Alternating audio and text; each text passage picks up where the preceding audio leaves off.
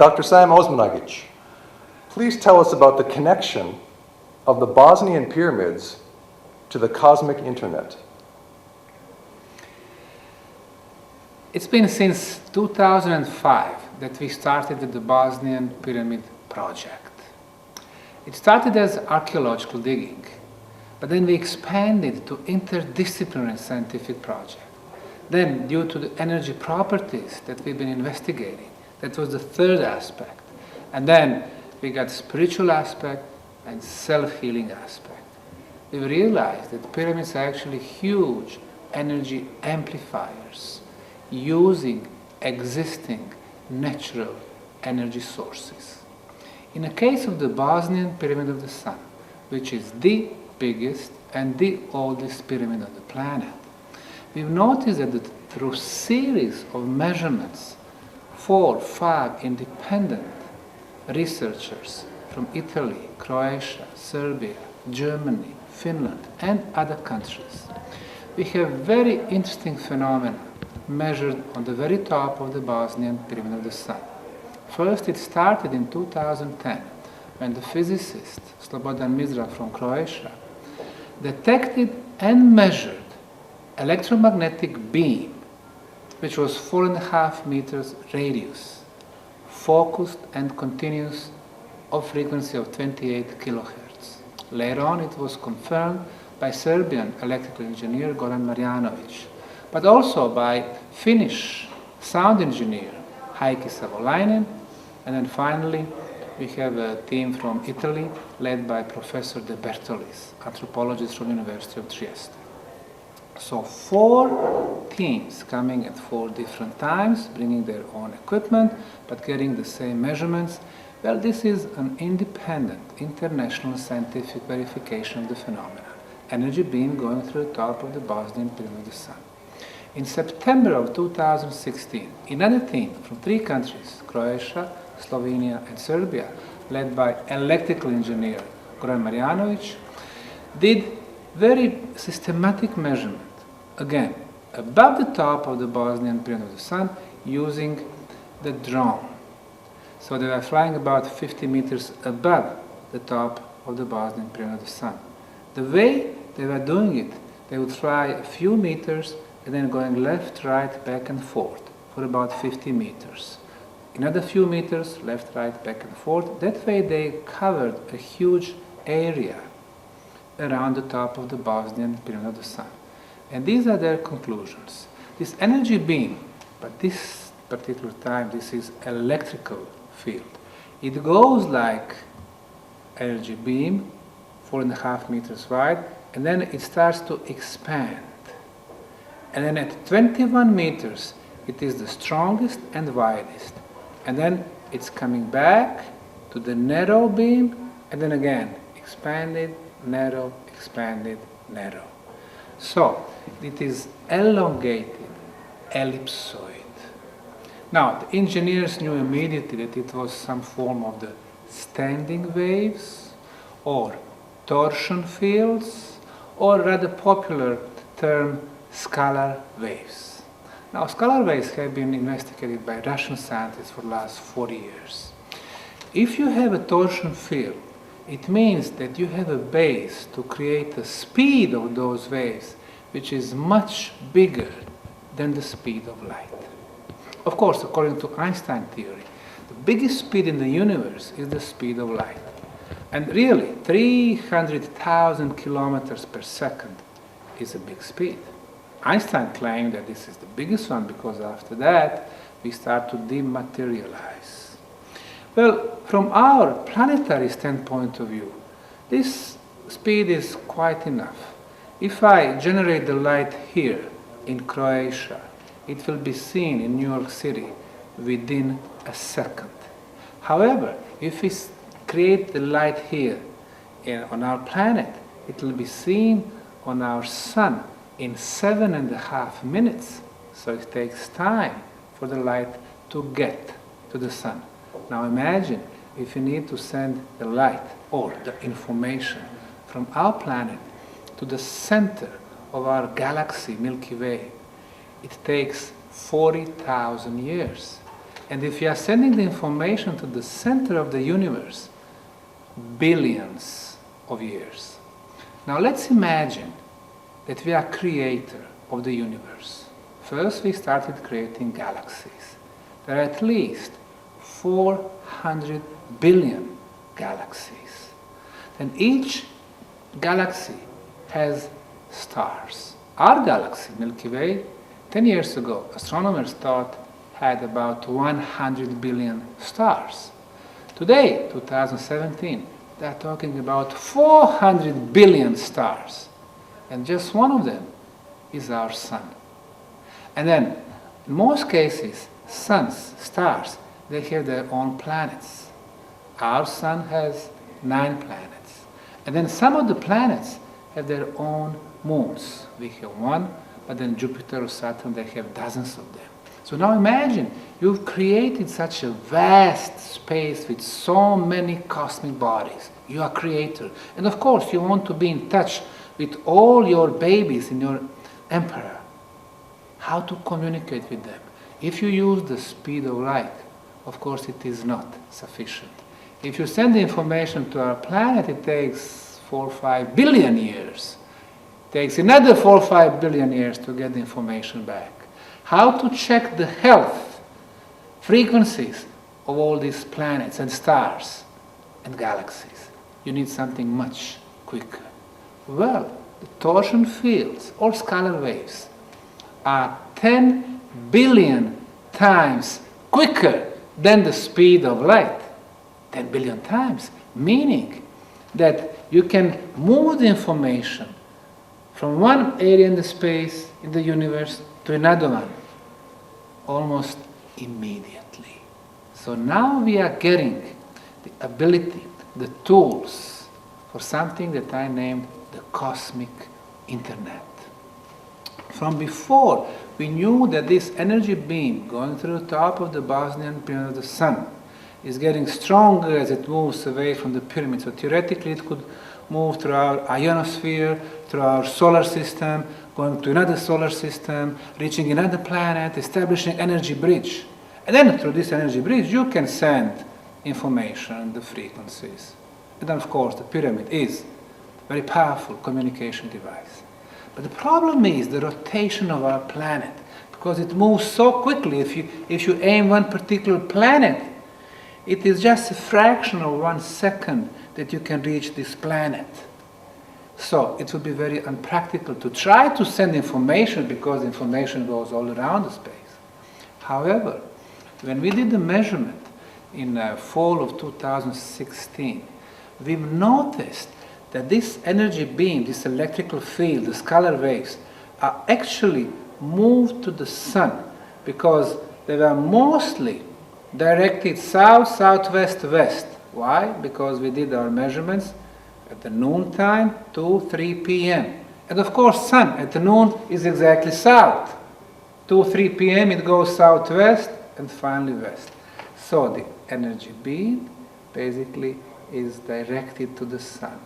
And sun is the biggest cosmic body around us. And most of the time it is visible on the horizon. So this energy beam basically, it seems, exchange the information through and with our sun. So if that is the case, we are sending information from our planet to the sun, from sun to the center of our galaxy, from center of our galaxy to the center of the universe and back. Because the pyramids, they are transmitters of information, but they also act as the antenna. They receive the information, so it goes both ways. So I would say this is one of the greatest discoveries in this project so far, and that's the reason why this is the most exciting project in the world of archaeology at this moment. Do you believe that there is information coming from the center of the galaxy in the scalar waves to the pyramids on our planet or to other planets in the galaxy? I believe that since every planet resonates, it has its own frequency, that there is a way to communicate between the planets and their suns, and the suns and the centers of their galaxies, and even between two different solar systems. But with the pyramid, you are getting focused energy beam. And this information is amplified with this most powerful geometrical shape, that is the shape of the pyramid. So the information goes directly to the sun in our case. Of course, this is just the beginning. So we will need a lot more work. We will need drones that they fly hundreds and hundreds of meters above the pyramids. And then finally to use the satellite to see what's really happening with those energy beams. But this is very, very exciting discovery at this point. Is this helical beam above the Bosnian Pyramid of the Sun able to pick up information as well as send it? It's very logical. It acts as the emitter and receiver. And is there a way to test the reception of information in the Bosnian Pyramid of the Sun? We'll need some time to figure out how to do that. But I believe there is a way. Of course, we have not, we don't have really a good scientific instruments for this type of measurements. I believe there are some types of energy that we cannot even measure because we cannot develop those scientific instruments. What we can measure electromagnetism, we can measure electrical fields, we can measure magnetic fields, we can measure ultrasound, infrasound, sound, we can measure the percentage of orgone energy. But I believe that there are some more forms of energy that we are not aware of. Is the work of Goran Marjanović, electrical engineer from Serbia, on the forefront of scientific inquiry? Definitely it is, because Goran Marjanović is one of the few people on the planet who understands Nikola Tesla's work very well. So I believe with his engineering mind, he's been able to realize how this complex in Visoko works. It's not just one pyramid, it's at least 5 pyramidal structures.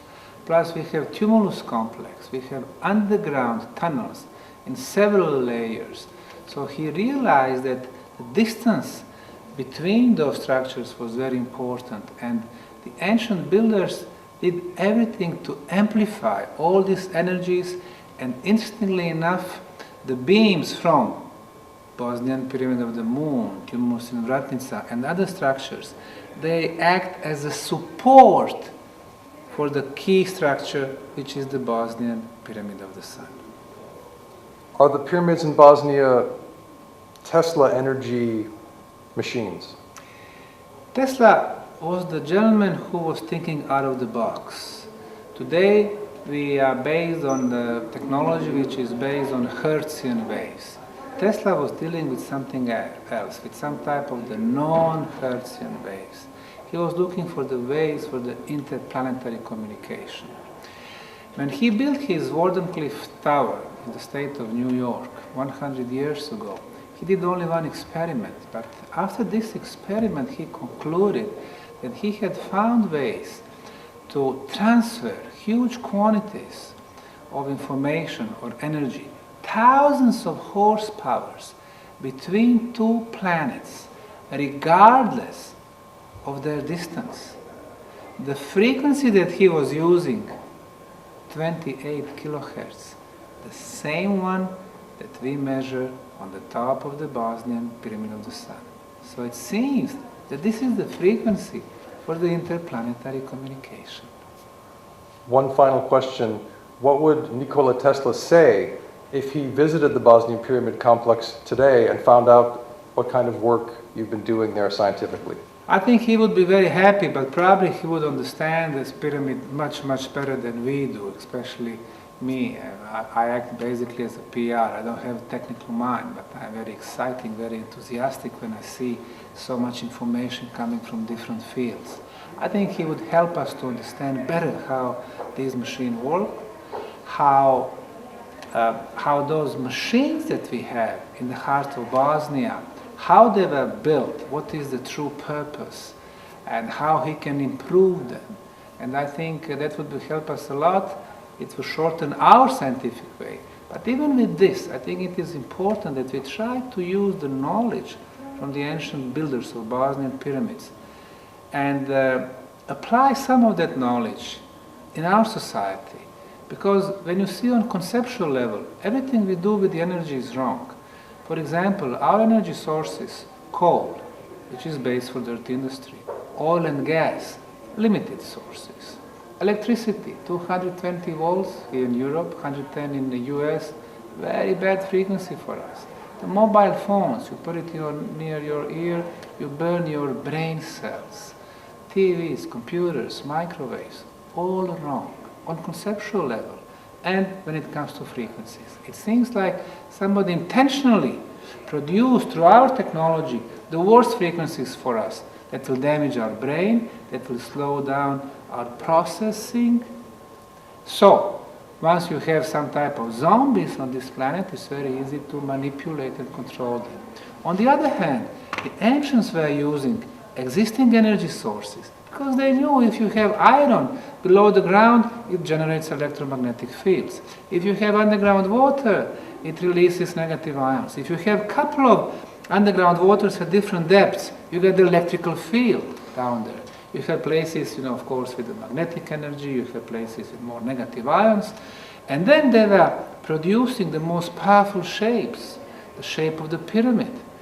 When they put the shape of the pyramid above energy potent places, they amplify those energies. When they use the power of quartz crystal, which receives and amplifies the energy, you got a big help to your energy complex.